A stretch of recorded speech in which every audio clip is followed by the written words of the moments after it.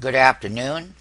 For the people on the East Coast, it's 11:18 a.m. Pacific Standard Time.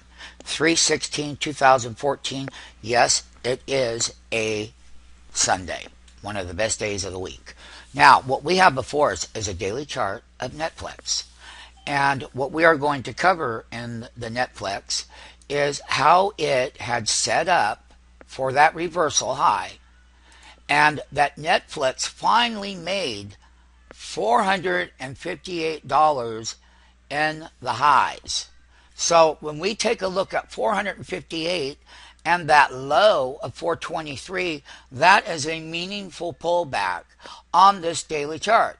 Now, from a 60-minute level, I'm just going to show you on this calendar date on Netflix. On 122 of calendar 2014, Netflix had a big move up to 395 in the 60-minute daily bar. I just want that on the record. That's number one. Number two, when I look at the 60-minute and the daily, I'm going to come up with the following. I'm going to come up with the stock that was short-term overbought as it was, and how that correction in the name has been very meaningful. And it means that these markets are shaking out the bulls, and then the bears are getting their move. Both parties, bull and bear, are making their moves. So what we're going to look for is trading the 420 call, 415 calls on Netflix. And we're going to take a look that we have a triple witch. Yes, we do. For the March contract, we can say one thing about this March, is we're going to be looking at the March 14 420 call, and then we're going to be looking at the 415 call. And then we're going to go to the regular calendar month, and we're going to be looking at the very same call structure and the put side now. Now, let us not forget where the puts have been paying now with those highs involved. So we're going to do a complete breakdown of both the call side of the market for Netflix and, once again, the bear side for the put side of Netflix. Having said that, I'm going to do some short-term analysis here. Is that this is where the major tops were. This is what some of the pullback levels have been from overbought areas. We went to that. But every time that we pulled back, we came right back up here in this trend right here. Okay? And we were. This is it. This is that top. You had a pullback, a great rally, but now watch this. Let's do the distance here. So let's take the high bar of this 60-minute reversal, and let's go ahead and pull that there. That's exactly where we're at in Netflix here and now. What I will say, it still remains one of the most favorite stocks. However, I would like to point out, since that reversal up here on the 60-minute, we've had a 60-minute sell signal on Netflix. And we have. And it's lasted from the beginning phase of that sell signal. Let's just say that we were getting ready to go into it from 3.5. It really happened over here that on 3.7, which was a Monday, we went down and we consolidated this area right here. I'm going to draw another trend line, shorter time frame, and that's going to be on that 60-minute top right here. But each time we had a gap down and we came back up, but each rally was met with what? It certainly wasn't met with higher highs. It was higher lows. So here's the rally, and here from that tip of that high, I'm going to come all the way down here. And basically, we're right in here, and we are going to take a look at the 60-minute daily sell signals that's been upon this stock since the 20th, the 11th, and all the way up through where we've come down even more on the 20th right here. But here, this is where we closed at as far as these minute period moving averages. The 20-minute is what I'm talking about. Then you got your 40 and your 50-minute period moving averages. So that 20-minute period has been going down in value, which means that that 20 minute is going down and is descending. It's the red line here, and I'm going to be happy to show it on a blow up here. So here's what I'm talking about. The red line has been dropping in value right here. And so it's a 20-minute period on a 60-minute chart.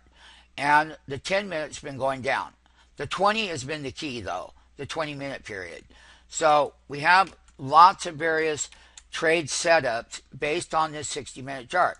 Having said that, let's go to the daily. And one thing about a bull run is that everything has to pull back from an overbought level. And we are at a very major support level right here, because ultimately we gapped up through here on that resistance, and then we put in the highs. Narrow range day, 1, 2, 3, 4, 5, 5, and 1, 2, with the 10 daily moving average to cross over.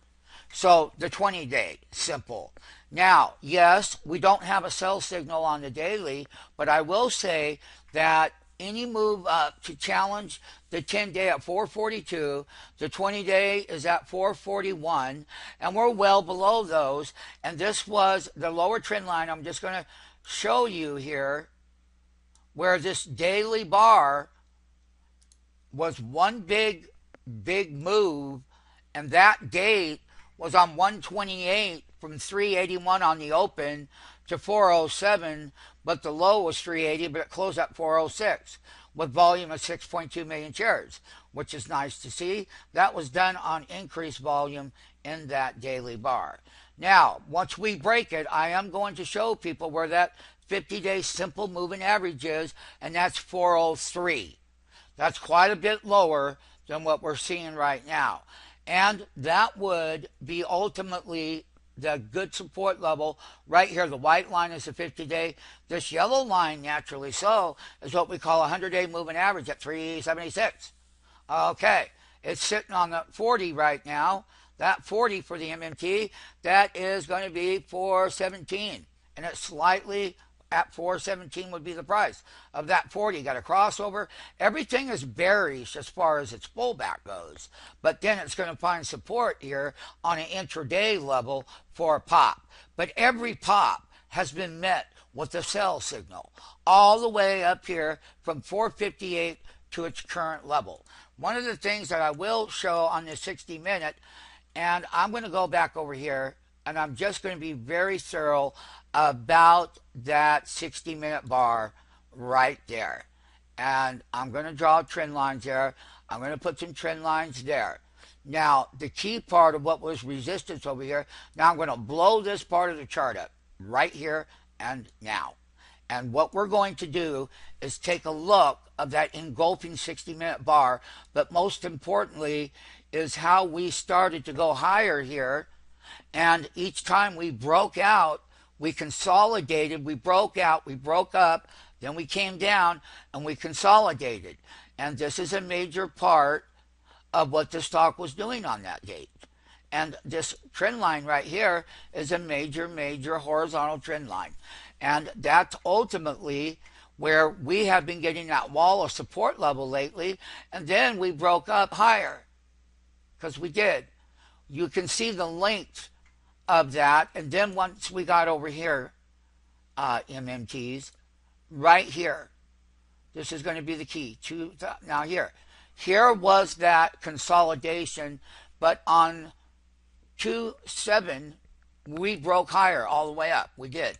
So these are the tops that we're working with right now, and how we rallied up over here on 224, 225, and then we started this period out in March Madness for NFLX. So we're going to benchmark that low on 3.4 over here. That was the low, and then they rallied it on up into 3.4. That was the breakout. That was the bottom. But this is where we're at. And once again, we are down at critical support levels. That is my analysis on the 60-minute. And not only that, we've gone over the daily. We're ready to make a trade. We're going to see that both the call side and the put side are tradable for a triple witch this week. And once again, we're working with the triple witch that starts tomorrow, FOMC meeting. We got the Russia data in there, got lots of economic leading indicators. That means that both sides of the market will be bipolar. And yes, we will do the March monthly and the April monthly, and we will go ahead and make our transactions here accordingly with the overall broader movement of the famous star of Netflix. And we're at critical support levels. I'll see you in the morning.